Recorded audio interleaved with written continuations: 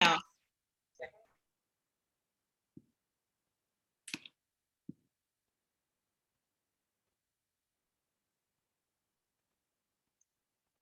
Mr. Uzomaba, I can see you. Can you just put on your video?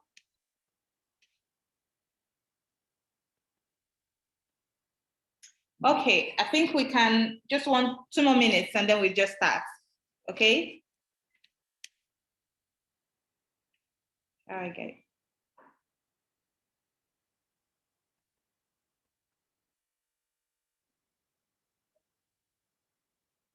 Mr. Ozo, I can see you. Can you put on your video?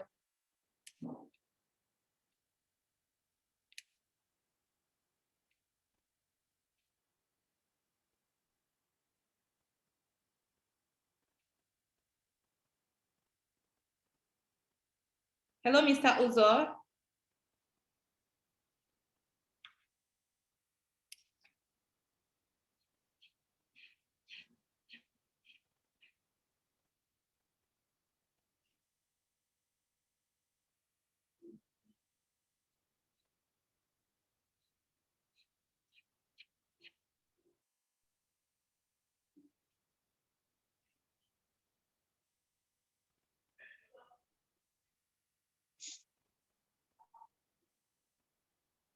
Okay, I think we're just gonna start just a minute more and then we'll start.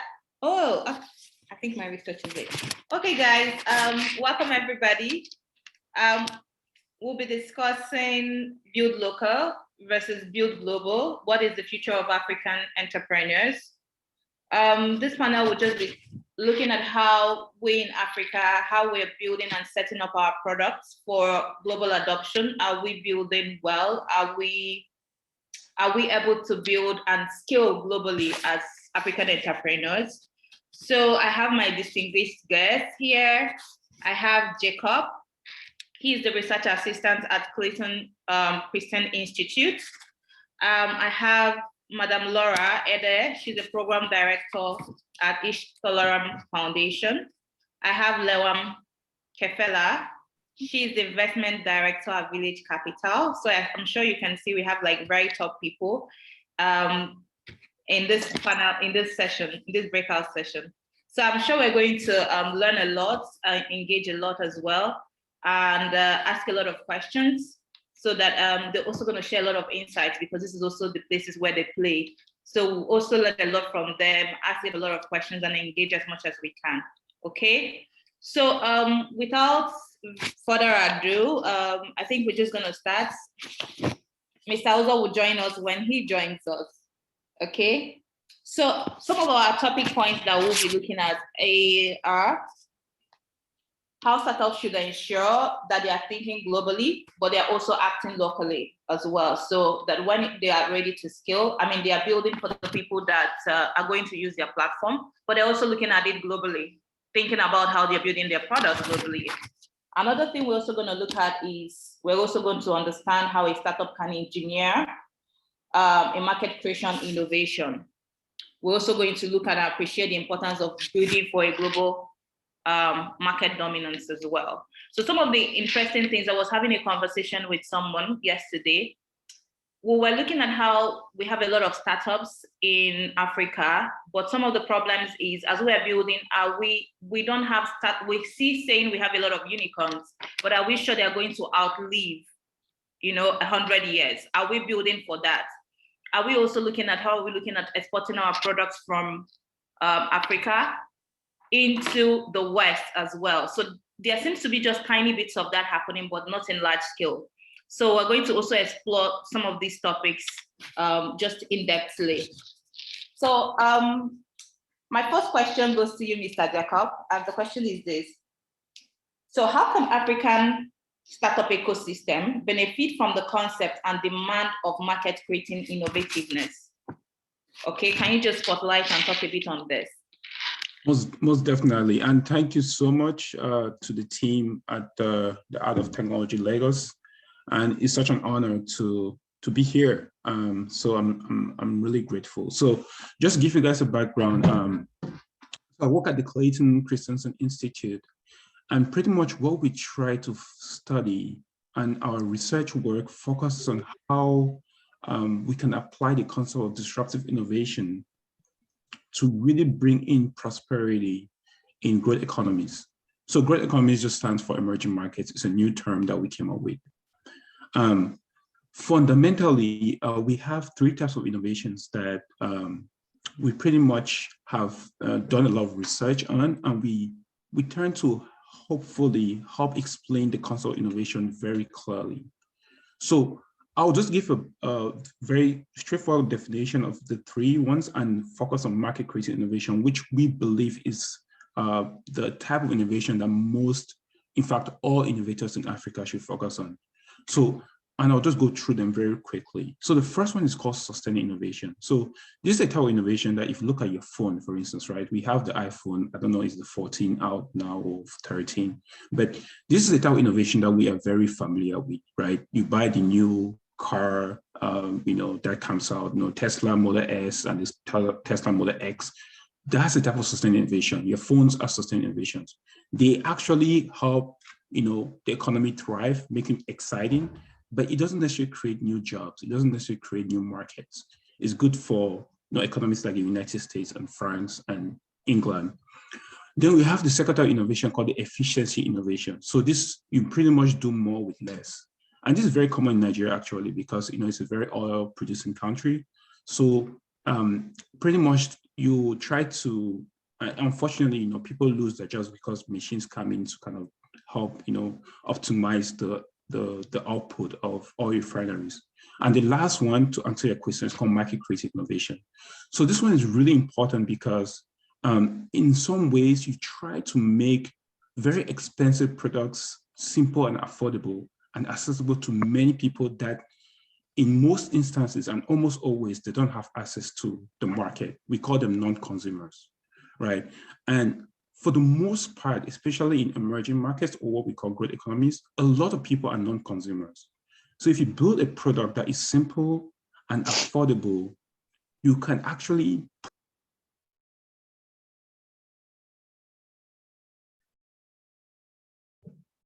Is this the right session? Yeah, we're back, Jacob. Okay, sure.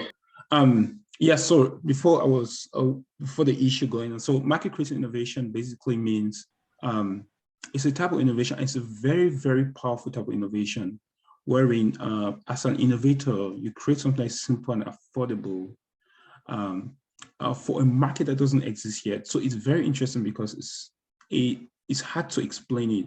The market is not there yet because you're going after what we call non-consumers, right? And a huge population of people in emerging markets are in this space, right? So if you build something that makes what select few people don't consider accessible, or rather, very few people have accessibility to it, as you build something that a lot more people can have access to, that they can afford for that is a market creating innovation.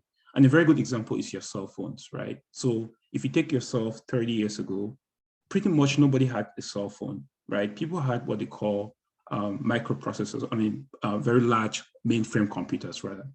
Then, over time, companies like Microsoft and, IBM, they were able to move from mainframe computers to laptops and now to phones, right? And I hope everybody knows Mo Ibrahim. He's actually the one who democratized phones in Africa and made what we call, the fastest tech that we have in our pockets accessible to many people. So that's a very good example of market creating innovation, and I'm looking forward to providing more examples of that in this breakout session. So thanks for that question. Okay, thank you so much, Jacob, for putting it very beautifully. Thank you for spotlighting how our markets can create innovation. So my second question goes to Maya, just a bit leading on that. So I'm asking, my second question goes to Lewam. Lewam, are you here? Are you here? I'm here. Lewam? Yeah, I'm here. Great. All right. So my question goes to you, just writing on from Jacob, I'm asking, how can Africa's entrepreneurs operate a lean model while keeping their startups positioned for growth? How can they operate a lean model? I'm sure you've seen a lot of this coming from Village Capital, and then with working with all the startups. So how have you seen this play out? And please feel free to give some examples of startups that, I mean, you think actually explored this and at what stage they are now. Yeah, great question. So I think briefly on what Jacob had touched on, and on the topic that we're discussing, building locally versus building globally, I think what we tend to miss in getting wrapped up in the idea of building for a global population is the value of building for a local population and truly meeting a need, right? If you're able to meet the market need on a local first basis, then it gives you a lot of room to grow your business and expand successfully. And we've seen quite a few startups in Africa do that, focus on their local population, serving the local population first, actually serving the needs of the local population, and then sort of layering on different other products to grow to a more broad population. So I don't think that entrepreneurs should on day one think too much about like, this needs to be something that addresses all of the needs of everyone globally, because then it's super difficult to build something, right? You need to identify a customer base and then build for that customer base. And then as you grow, you can start to build for different other customer bases. On the topic of lean startups and fundraising, generally, yes, I agree. On day one, I don't think the biggest goal for the company should be to raise as much capital as possible. I think you should be focused on only raising what you need. If you can bootstrap, try to do it. If you can raise from angels and people you know that trust you, try to do it. If you can't and you don't have access to that, then raise some capital, but don't go for raising the biggest round you possibly can. Raise a little bit to show and prove the concept of the business that you're trying to build. And a company that's done this really successfully is PiggyVest. I know they're a part of this event as well. They only raised like one round. They raised some money through grant funding, and then they raised one round, and they were able to scale and grow their business significantly. So I think if you're able to get access to capital where you can, whether it's grant funding or whether it's angels or whether it's raising a small initial round to get your business off the ground, that's super critical. I don't think any entrepreneur should get caught up in, we raised X amount. That doesn't actually help you, because at the end of the day, your investors are going to expect a certain return on the money that they've given you. And so raising at an extremely high valuation very, very early on doesn't help the business, because the next round could be at a lower valuation. When the next round is at a lower valuation, the people that are impacted the most are the founders, because they have the lowest class of shares. So I think thinking very critically about how much you need to get your business off the ground is extremely important, and raising just what you need to get there.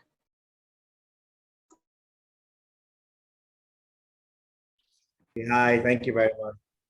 So we've been having discussions on building locally versus building globally, and then how African startups entrepreneurs can position themselves. I'd like to ask you the next question, and this is just basically bordered around us knowing that MSC, medium-sized businesses are the ones that sort of lift our entrepreneurial spirits, and then we need them to grow. So question actually is, how can businesses, especially small businesses, right? How can mentorship help them and help startup founders on their journey to successful exits, on their journey to growth, and then also on their journey to actually shipping west? Sure. Thank you very much for this opportunity. Mentorship for founders is one of the least highlighted success factors for businesses, especially African founders, because the earlier conversations we were having in this meeting was about building local versus going global. And when I study or look at some of the founders that we've celebrated as African founders who have built global, you'd find that they had access to the kind of mentorship that allows for building global businesses. So a good example would be Tope Awotono. Now, yes, Tope Awotono he didn't grow up, or he doesn't live in Africa, but very much Afrocentric, and his roots are very much here, comes here a lot, and has been, the founder of Calendly. which is now valued at over $3 billion and raised, the last raise I think was $350 million. And what you see is that he's relied heavily on Silicon Valley mentorships, and also mentorships, even though based out of New York, mentorships in the financial sector. And those mentors don't only help him to think that he can build a product that is of global relevance, but it also helps to even figure out the mechanics, like how do I raise money? How do I engineer the product? And if you listen to Top a lot, you see he's never shy of talking about the mentors that he's had along the way.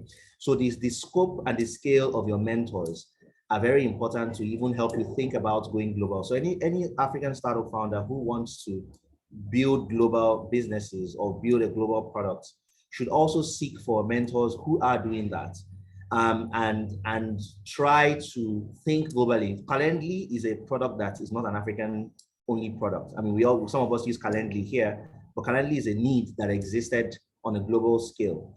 Another example, actually a couple of my friends, personal friends who went to school or in Boston, one of them, and Jide Odunsi and Ladi Delano, who co-founded Move, that just did their $28 million, $20-something million round.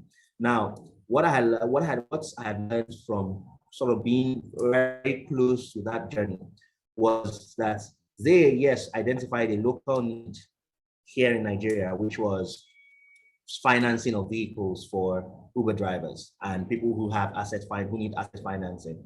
But then they quickly figured out that asset financing is not a Nigerian only problem. Everywhere there are Uber drivers, there is a need for cars and there is a need for asset financing.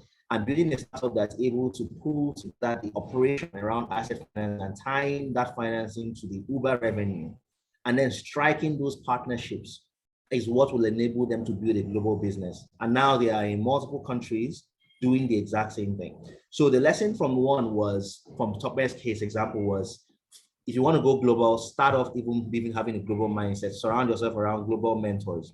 The lesson from the Move example was, yes, you build a local product, or you quickly figure out that there are these aggregators of demand that need the exact same thing in other markets. So partner with an Uber, because Uber is in all markets. And then you will become the asset financing partner for multiple markets. Partner with the World Bank because they want to deliver or deploy the solution or solve that problem in all the markets. So you go with global partners who are seeking to solve the exact same problem in multiple markets. So once you've proven the concept in yours, then go to them and they will take you to the new markets. And I think that model is a way where you can use the power of mentorship to learn some of these ropes that allow you to hack your scaling and scale very quickly. Thank you.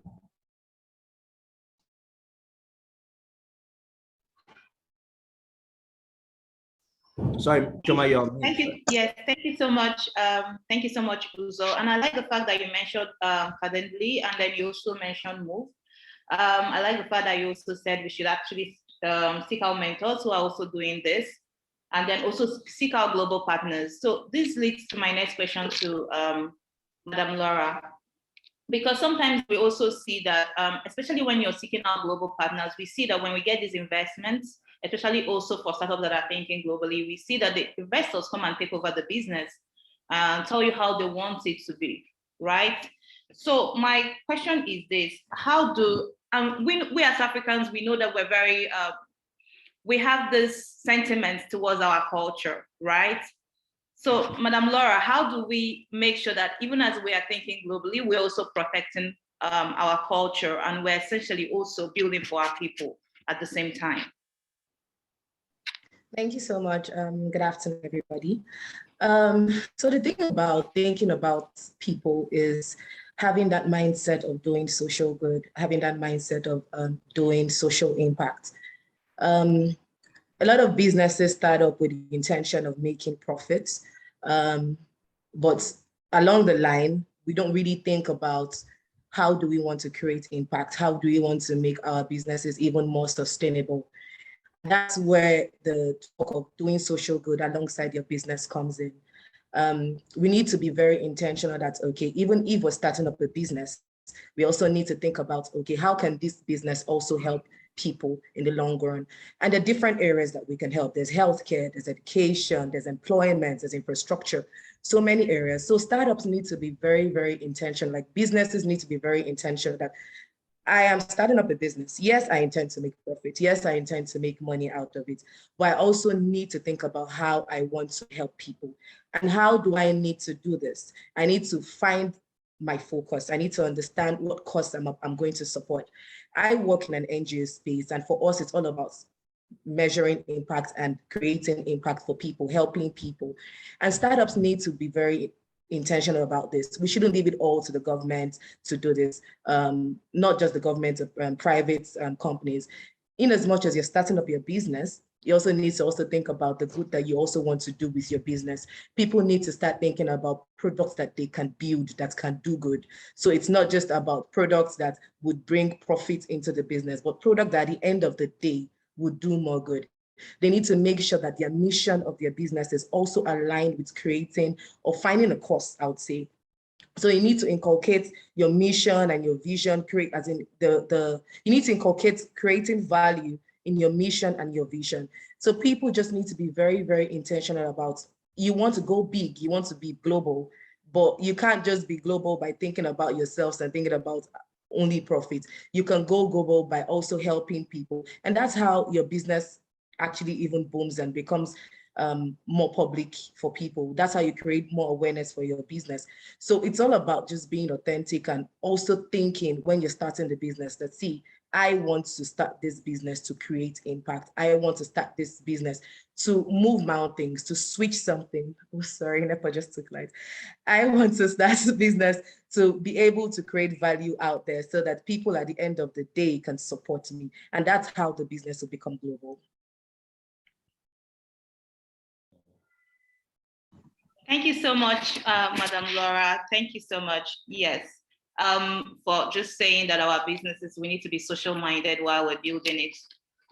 Then just staying on this, I have Mr. Olushola. Mr. Olushola, please, can you come on your video? Mr. Olushola Balogun.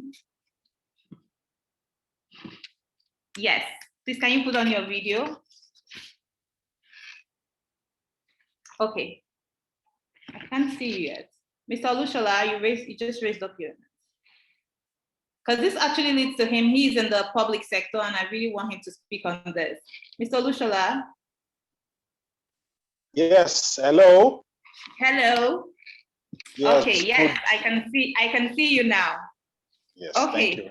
Thank you very much. Okay, thank you so much. You're welcome. So, Madam Laura was just talking about how businesses need to be socially minded when they are building. And I would like to say, I would like to ask, for especially since we're in Art of Technology Lagos, so especially for the Lagos State government, what exactly are they doing for entrepreneurs that are building socially minded businesses?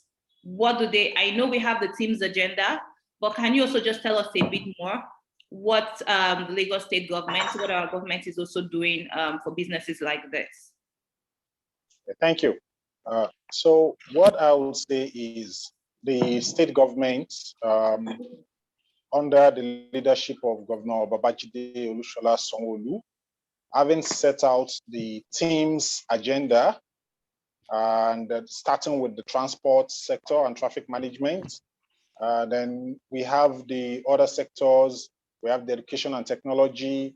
We have making Lagos a first century economy, and ensuring that the city is safe, so there is security and proper governance. Having had that in mind, at our own level within the ministry, so this AOT is definitely one of such interventions that is on ground, which is to provide the right environment for collaboration between the stakeholders in the industry, those who provide access. So by access, I mean access to capital, access to technology, and access to the required infrastructure that an entrepreneur needs to grow and think in the right space.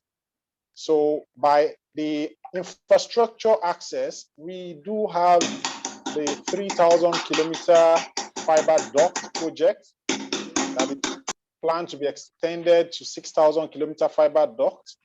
And the intention of that extension is to ensure that in our homes and offices, we can have direct fiber to home access by private sector investors, so that we can have very good broadband speed. And by the time you have 5G technology as well, it's going to be practical for us to have the desired speed to leverage on Internet of Things. And if you're going to build a product around that, or you're going to build a team around that, you'll be able to achieve that. Then playing in the global market space, we want a situation where,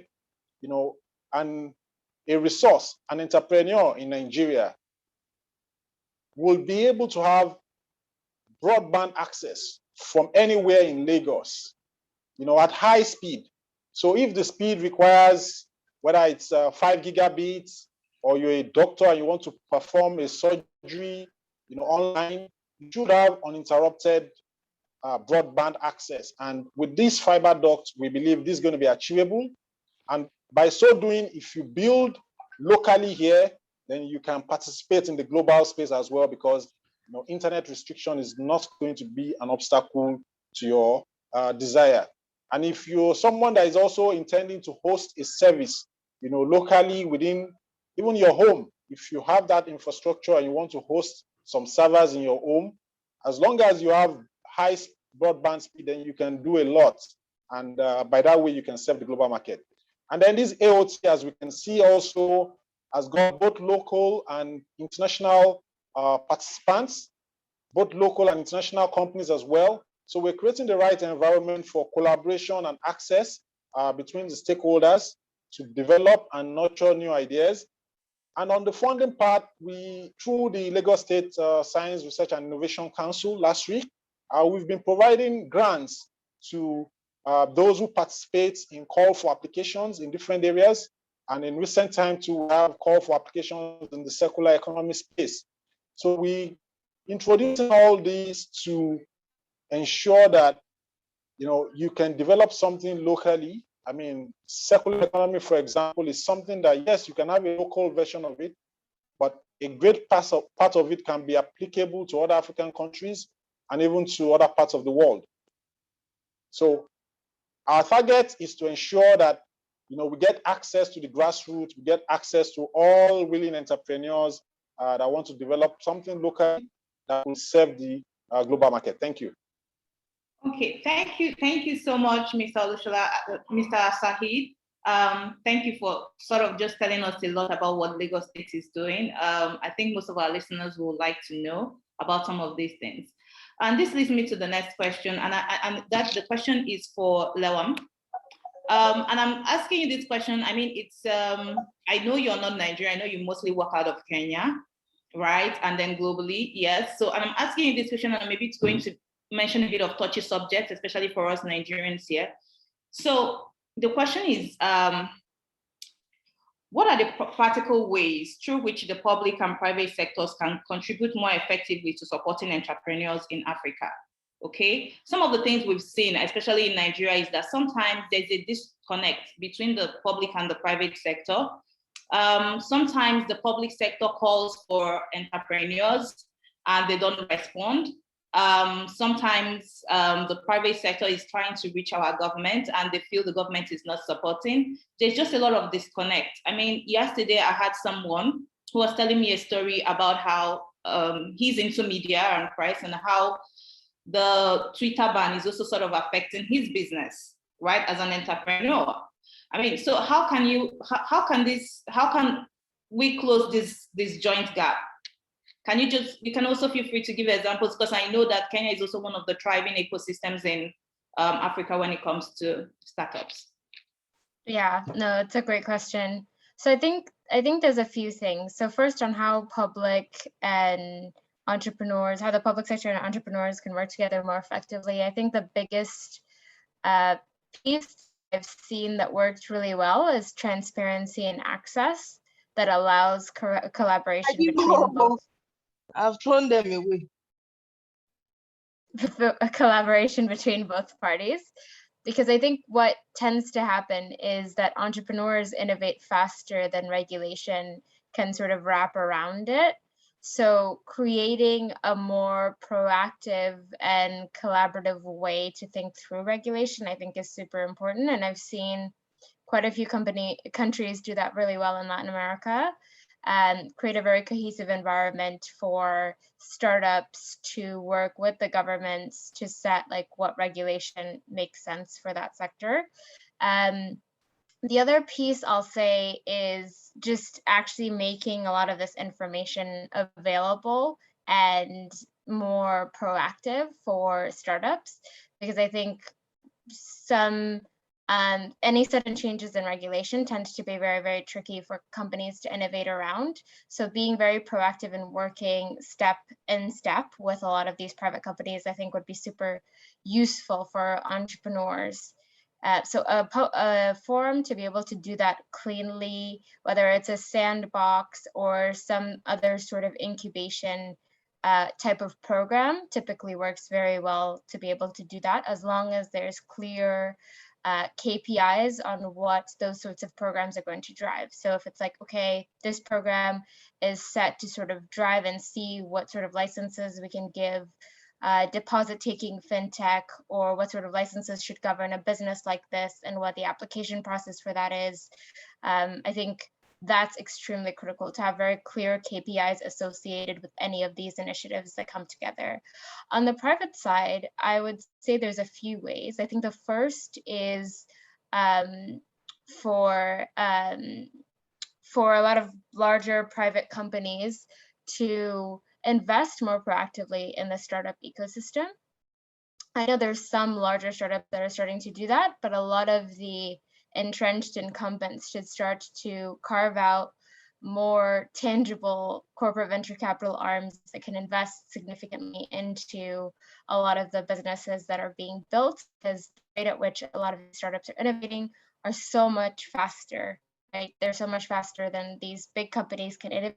So they would actually be great acquisition opportunities down the line. I think there should be a lot more proactive investment coming from them as well.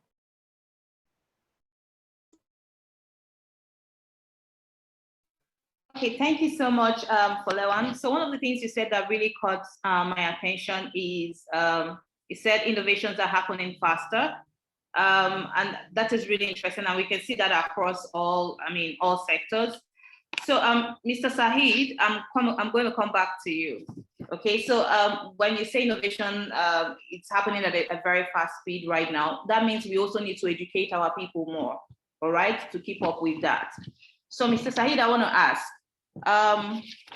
for the Lagos State government, what are you guys doing, especially in terms of education?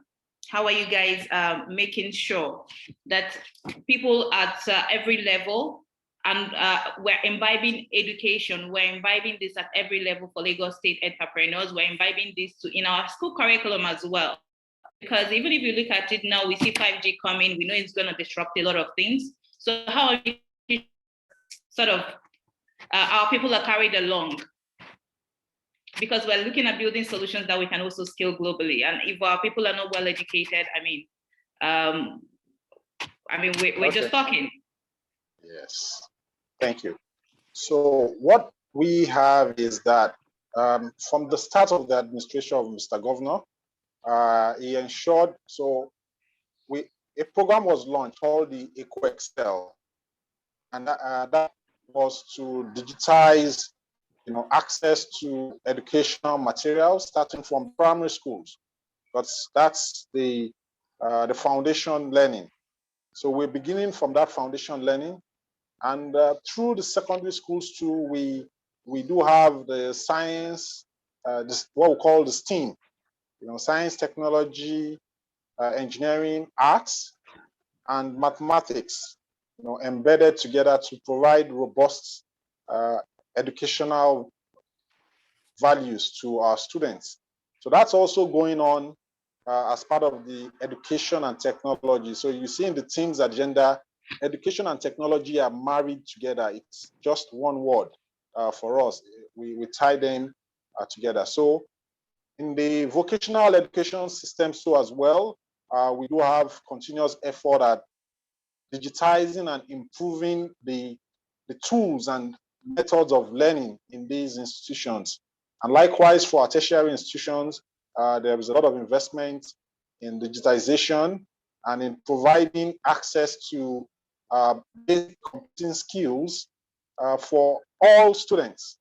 And in fact, in the Office of the Special Advisor on Education, we do have an online digital access that is free for all, all residents, in fact, actually, Nigerians can access it. But of course, the focus is on, the residents and citizens of Lagos State, leverage on these learning platforms, and they are free. From LSETF2, the Employment Trust Fund, we do have initiatives that are in place.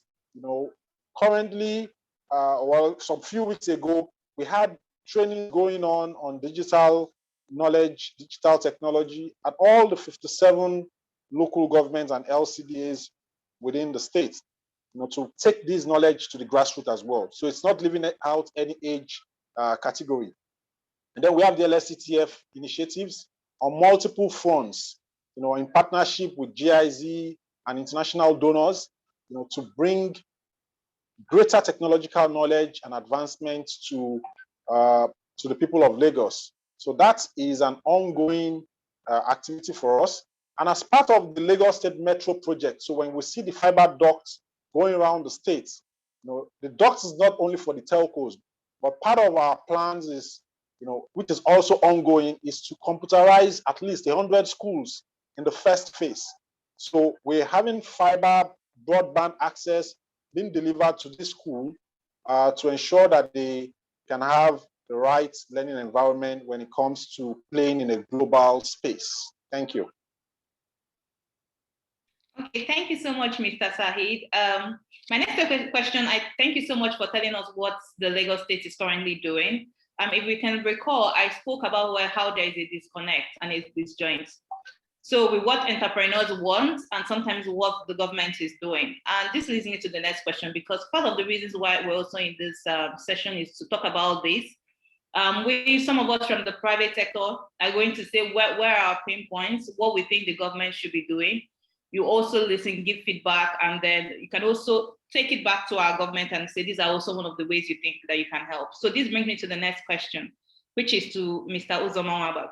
Knowing you've been in the private sector, knowing you've been working, been doing this entrepreneurship thing for a long time. So I want to ask you, Mr. Saheed has told us what the government is currently doing. And the question is, in what other ways can social interventions from the government, what ways do you think they can spark up the spirit of entrepreneurship for communities in Africa? So what exactly, from your perspective, from our also local perspective, being that you're in Nigeria and you've been here and then being here with us, so what ways do you think the government should actually, what social interventions do you think they should get into in order to spark the spirit of entrepreneurship among our people and our youth? Thank you very much, Shawan. First, I believe that the government's role or the public sector is the biggest enabler of entrepreneurs, or should be the biggest enabler of entrepreneurs and businesses. And it's the same thing if you look historically. And let's take Silicon Valley, which is the poster child of entrepreneurship in the world today. And all we know as Silicon Valley is actually a lot of government-infused capital and research projects around Stanford University, spending billions and billions of dollars, allowing people to innovate, and then from there created this ecosystem that now led to the founding of companies. But the core of Silicon Valley is actually lots of government money that they were willing to risk and waste, so to speak, on innovating and seeking out better ways to do military interventions, better ways to do technology interventions. So I'm saying that to say that the role of the government, as far as entrepreneurs is concerned, is one, obviously create an enabling environment, stay out of the way. So your policies should not be the ones that kill the businesses. So stay out of the way so that they can innovate and grow. And then finally, intervene to keep them competitive. That means create programs literally that allow for grant funding, or in some cases, equity funding, where you can seed equity partnerships just to take more risk, because private capital is a lot more mean, for lack of a better term. It's seeking interest, it's seeking returns, it's seeking it fast, it's seeking it now. And what China and the US have been able to do is use government to take risk. Even think of Tesla. Tesla, the company that you know today, and it's one of the most valuable companies in the world. A lot of their revenue actually comes from carbon credits. And this is just a backyard way, really, of the American government seeding this company for being carbon efficient and for saving the planet. But the bottom line is that Tesla's revenue is coming from that. With that, they're able to continue to invest in innovating on self-driving cars. So the governments here locally can and should do a lot more. I have seen a few government interventions, and obviously I'm part of quite a few of them, seeking to put money in the hands of businesses, either through credits or grants. But I think that those are wildly insufficient, and a lot more can be done, and a lot more can be done in a targeted fashion.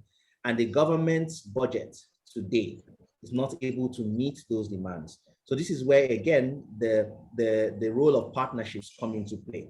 So yes, you've seen in Nigeria governments from social interventions, targeting micro, small, and medium enterprises, whether it's a GIP or survival fund, or helping the micro, small, and medium enterprises sort of get through the pandemic.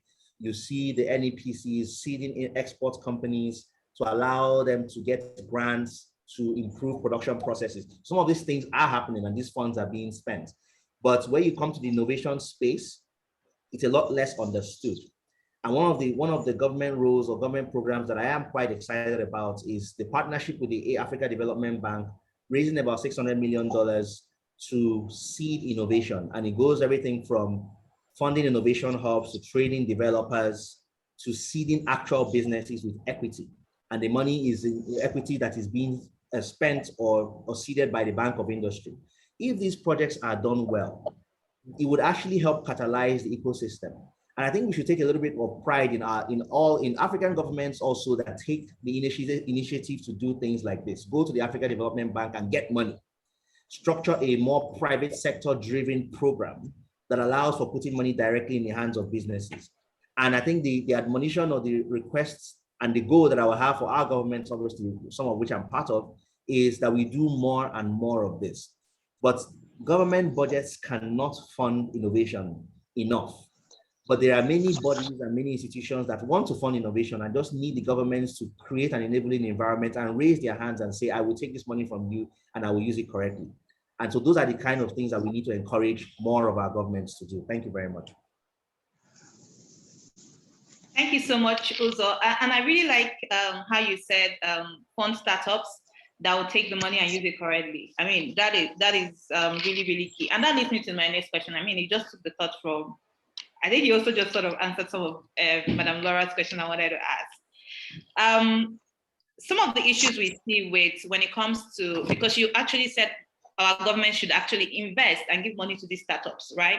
So we have a culture in Nigeria, Madam Laura. I mean, this question is coming to you, where people see government money as free money. And we also know, essentially, in situations of Nigeria right now, so it's like our national cake, we're just getting it. Sometimes you see that startups are funded and then they just abscond with the money, right? So we have a lot of listeners here. We have a lot of people that are also having their own startups here, right? So the question becomes, and then sometimes you also see a situation where even when government wants to give money, there's a lot of corruption. There's also a lot of people saying, I mean, corruption just generally, government is giving you money. I'm the government, I want a certain percentage in the money that I'm going to give you because whatnot. Okay, so my question is, since we have a lot of startups and we don't want them to be that way, my question is, why should startups prioritize social good efforts when getting their businesses rolling? Why should they prioritize this? Why should they, I mean, comply? Yeah, exactly. I think I'm in alliance with what Uzoma said about the government cannot do it all. And that's why we need to also consider, like, we as private citizens, what can we do better? In terms of funding, my organization also gives grants. So even the struggle to even find really good, reputable organizations that we can support. It's because our grant is on invitation based. So we are the ones that have to reach out to the organizations and say, okay, I can see the good work that you're doing and we want to support. So sometimes I understand there's corruption and there's all of that, and it's quite hard trying to find out those startups that you can easily support. But I would say that in the sense of, okay, why should startups prioritize social good? Firstly, it brings credibility to your business, because if people see that, okay, you as a startup, you're also trying to create social impact, you're trying to help your community, you're trying to help the unemployed, the poor, the needy, however you decide to go about doing your own version of social good, it brings credibility to your business. People will want to support an organization that they can see that is also helping others. For the startups themselves, why you should also this is more internal. It also helps you to retain your employees, because in an organization that has staff, when the staff sees that, okay, there's a policy, there's a rule of law that says, okay, it aligns with the mission and the vision of the organization that we need to do social good, it helps the employees actually want to do more and want to do better in their day-to-day lives. It helps the employees see that, okay, this organization that I work with is intentional about creating impact and doing good for people. I also want to do that. So it's not about even what you're, it's not about creating visibility about the organization that you're working with. It's also about your employees and how they can support you in your mission and your vision. It helps, like I said, it helps to create credibility. It helps to enhance your organization's reputation. And if you want to go out there and seek for grants and seek for extra funding, I think one of the things that has, from the previous session, and even what Lewam said, was that everybody should not, like, as an organization that is starting up, you shouldn't go and be loaning money or borrowing money to start up your business. You start up, then you also seek for funds. By seeking for funds doesn't mean that you have to loan money. You can go and request for grants, you can apply for grants. And how do you apply for grants? And how would the grantors also support you? It's by seeing what you're doing and seeing the good work of what you're doing. So it also helps you build that reputation and helps you build that credibility. And in all, just to close this, is that it also helps you to even bring in more partners and more stakeholders into your business, because if everybody sees that this organization is creating a lot of social impact out there, they would also want to support. And by all of this, you're making sure that the top of mind about your business is that you want to do good, you want to create impacts, you want people to improve their standard of living, you want to help lives, you want to support people. So that's why social good and social impact needs to also be at the top of mind in any business that you're starting, your startups. Even if your business has started right now and you never thought about doing CSR or doing social good, it's never too late to actually start something right now. Okay, thank you so much, Ms. Laura, for that. And then before we take the questions, this is, let me ask the last question to Jacob. This takes me to your question. If everything is done right, so if our startups are building right products, if our government is funding, if everything is done right, because I see a lot of us were talking about also, Madam Laura just spoke a lot about how our startups should also think local, right? But don't forget, we're also looking at exporting globally as well, right? So let's not also just focus going to nitty-gritty of, and if we think about it, the government usually likes to fund solutions that are actually addressing a lot of social good. But if everything is done right, how do we make sure that the startups that are also being built in our ecosystem, how do we help them to endure, right? So some of the things we also see in social projects that there is a peak and then there is a dip for them. Okay, so how do we make sure that some of these startups that they endure for a long time?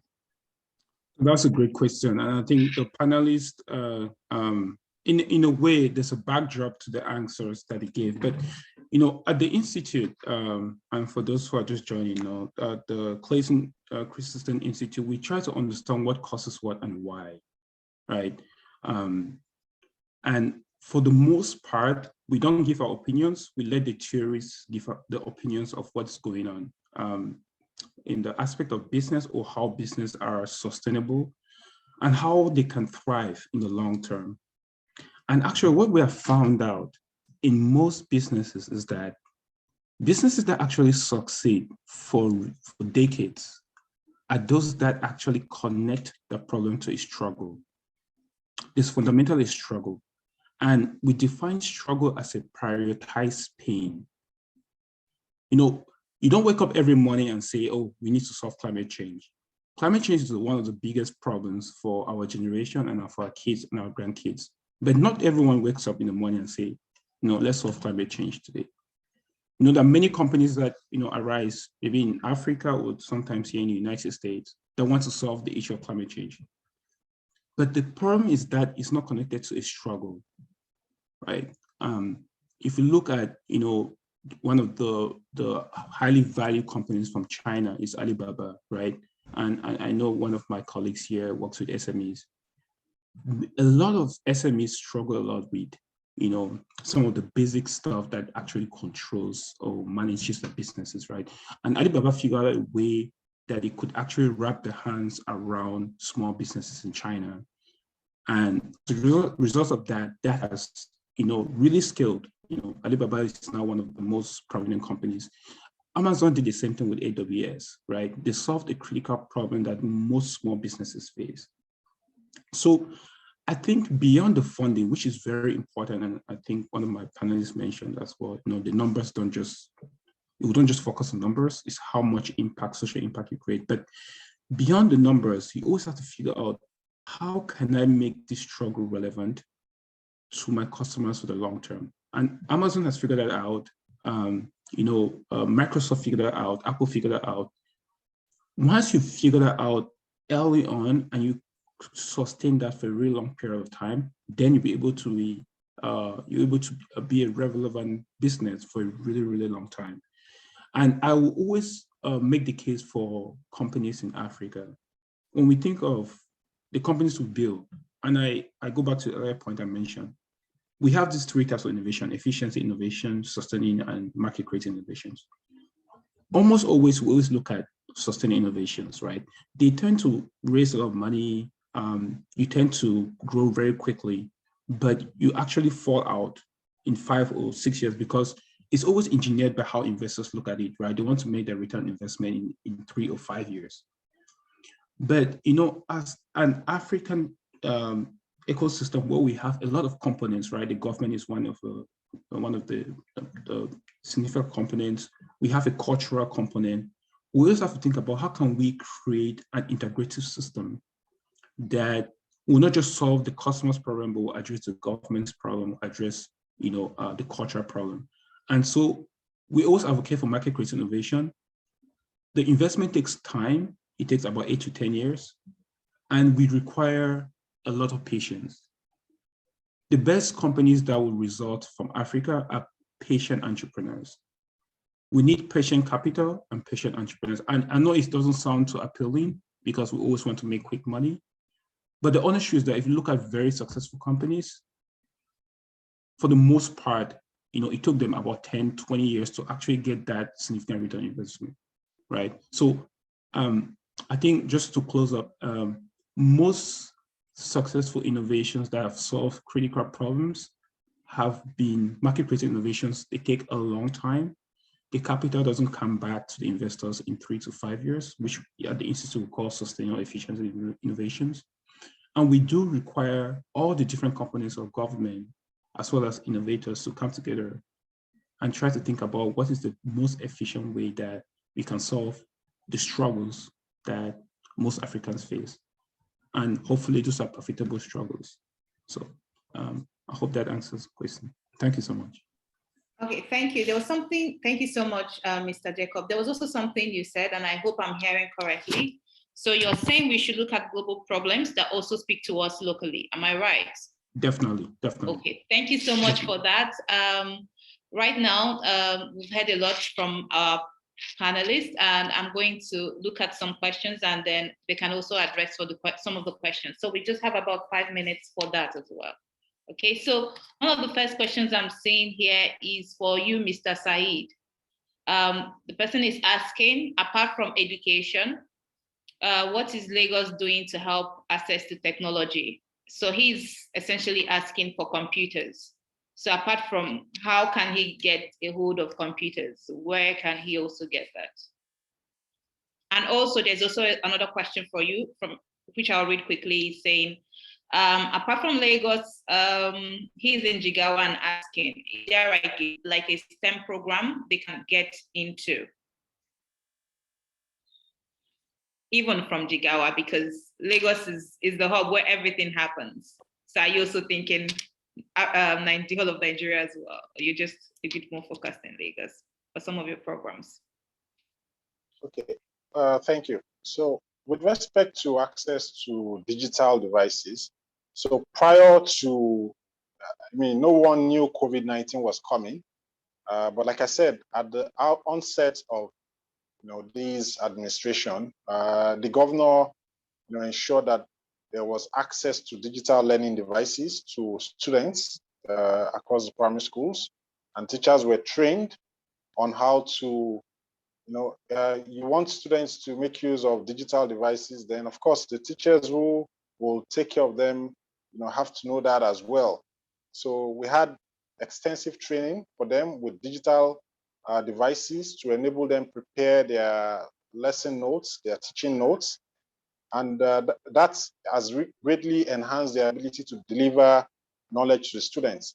And then in the beginning of COVID too, we had distribution of digital devices to students, and that was also powered by some donors as well as the wife of Mr. Governor as well, to ensure that we have more access. But you will agree with me that, as parents as well, we also do have responsibility to provide some devices that are personal devices for you, for the kids. But at the institutions of higher learning as well, we do have well-equipped computer laboratories. And at the College of Education and Technology as well, we do have devices in the labs. And like I mentioned, we are having devices to be provided to at least 100 secondary schools in Lagos. So it's a continuous activity to provide access, and the state is also open to private partnership, private support, donations, CSRs, with respect to this type of initiatives. Thank you. With respect to facilities for people to learn outside Lagos, well, what happens is of course, our preference will be for residents of Lagos, but there are also some initiatives that happen. They happen online. For example, this AOT is happening online, and there are a couple of other activities of the LSCTF that happens online as well, that members of the public that are not residents in Lagos, can take part on. So what I'll say is, just keep in touch with the states, follow the states on the social media, and especially the LSCTF as well. Follow them. These are agencies that are out there to help the youth and even the older ones as well. Thank you. Thank you so much. Thank you so much, Mr. Balogun. So as we come to a close of this session, I would like to just wrap up on some of the things that we have learned. So Mrs. Laura explained to us and said we should actually build more social projects as well, and then build more sustainably. We've heard a lot from her on that. We've heard from Mr. Jacob, who mentioned that we should look at global problems and then find the way they speak to us locally. Lewan has told us it cannot be done by the government alone, and the private sector needs to get in. Mr. Oza has also explained that the private sector the public sector don't just need to get in, but they also need to put in their money, get a skin in the game, put in their money into it, right? Put their money where their mouth is, essentially. We've also learned from him that small businesses, you also need to take mentorship from businesses that have done it, and then let them coach you, ask for coaching. So thank you so much. Thank you everyone for joining. In 5 minutes, we'll be moving to the main session. In 5 minutes, we'll be moving to the main I want to say a very big thank you to the panelists. Thank you for this interactive session. All right. Thank you, guys. Thank you. Yeah, see you in the main session. Thank you, All right. guys. Thank you.